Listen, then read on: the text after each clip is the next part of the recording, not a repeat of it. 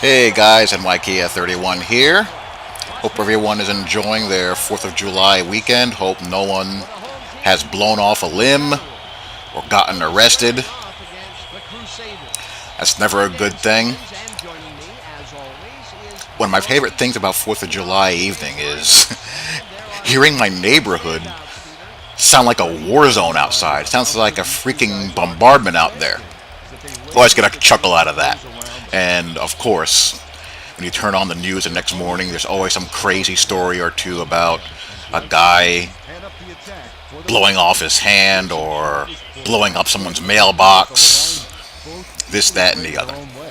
So, hope you guys enjoyed that without any of the usually alcohol-induced consequences.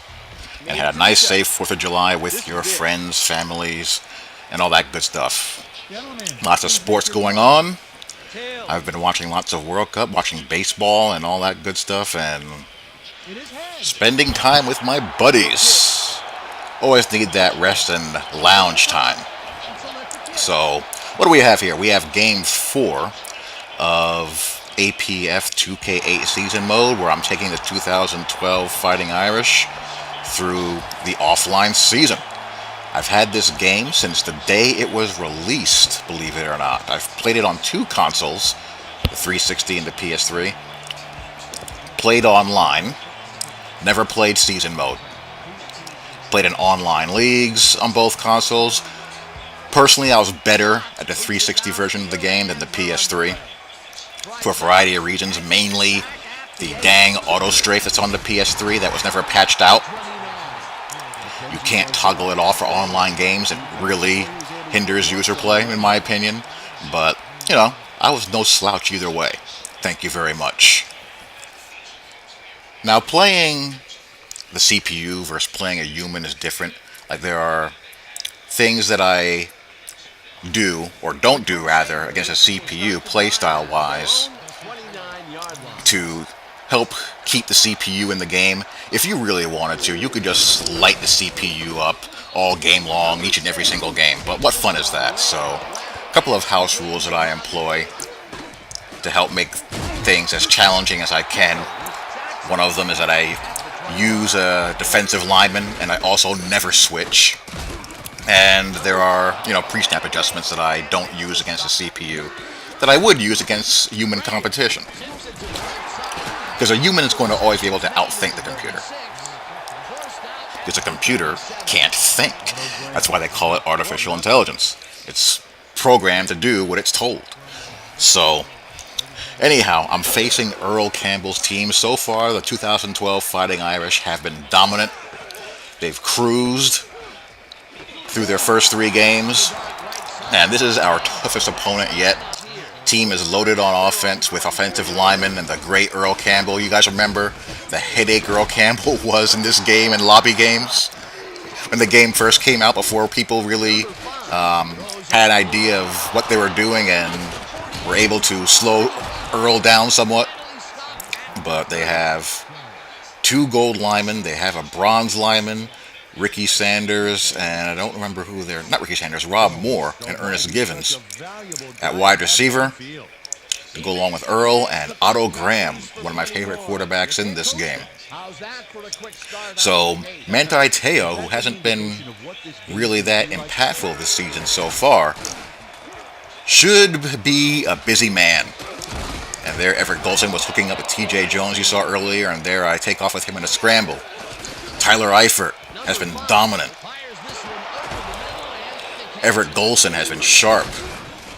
Running game has been kind of hit and miss. Sometimes my Theo Riddick shows up. Sometimes he's kind of But they only have Otis Wilson, bronze pass rush outside linebacker, on defense. So should be able to do some things. And there goes Earl.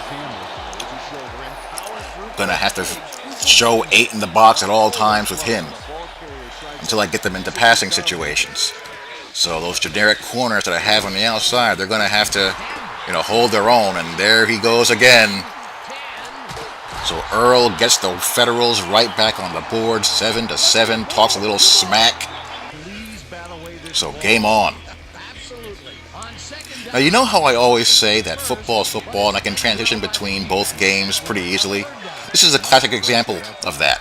This is the smash concept. You've seen me run it all the time in Madden. Same exact read, high-low.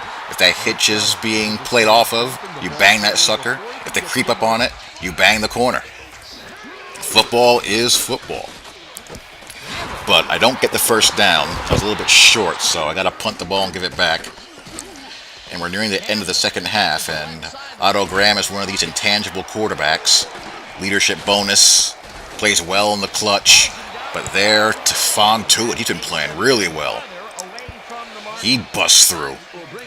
One of the league leaders in sacks in the early going.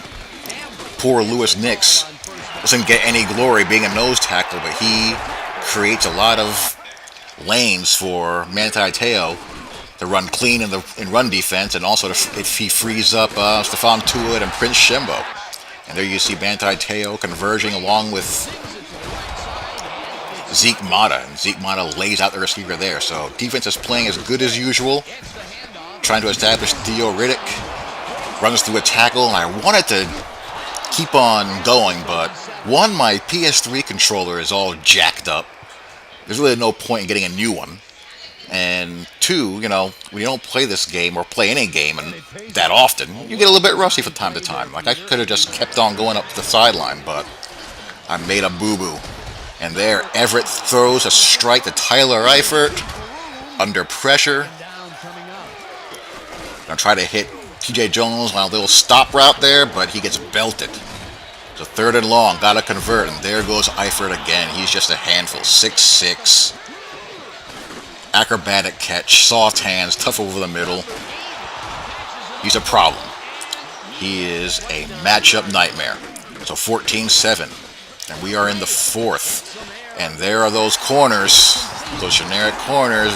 Rob Moore goes with a double move, runs a corner post route, long developing play. The line holds up, and he hits it. Rob Moore is going to make a great play right here. Snags the football. Good throw. Really nice throw. Otto getting it done. But what can you do? You can hold up with generic corners for the most part as long as you don't get crazy with them. And now here comes Earl, and Te'o gets taken for a ride for 5 yards. Now we just got to focus on keeping him out of the end zone. That's better. Shembo gets shaken off, but Tuitt and Te'o are able to mop up. D's playing nice. Bend but don't break style of 3-4 in the Bob Diaco mold. Playing a little cover 2 sink on 4th and 8. A little bit surprising that they're going for it with 2 and change left and all 3 of their timeouts, but they don't get it. Rob Moore drops the ball. Zeke Mata being the intimidator back there. Zeke Mata only has big hit. But Moore, who's, a tough over the middle receiver, good possession receiver from my Jets youth days. But he does not come through there. So now I just got to run this clock out. Theo Riddick does a nice little run there, nice little shimmy. That time he gets blasted. And here I decide to throw the ball to ice the game. I wanted to do the QB evade, but I screwed that up. So I got to give the ball back. And giving the ball back to these gold quarterbacks with leadership in fourth quarter comeback and clutch and those intangible attributes are always dangerous. Playing a little combo coverage here on 3rd and long. Play action pass.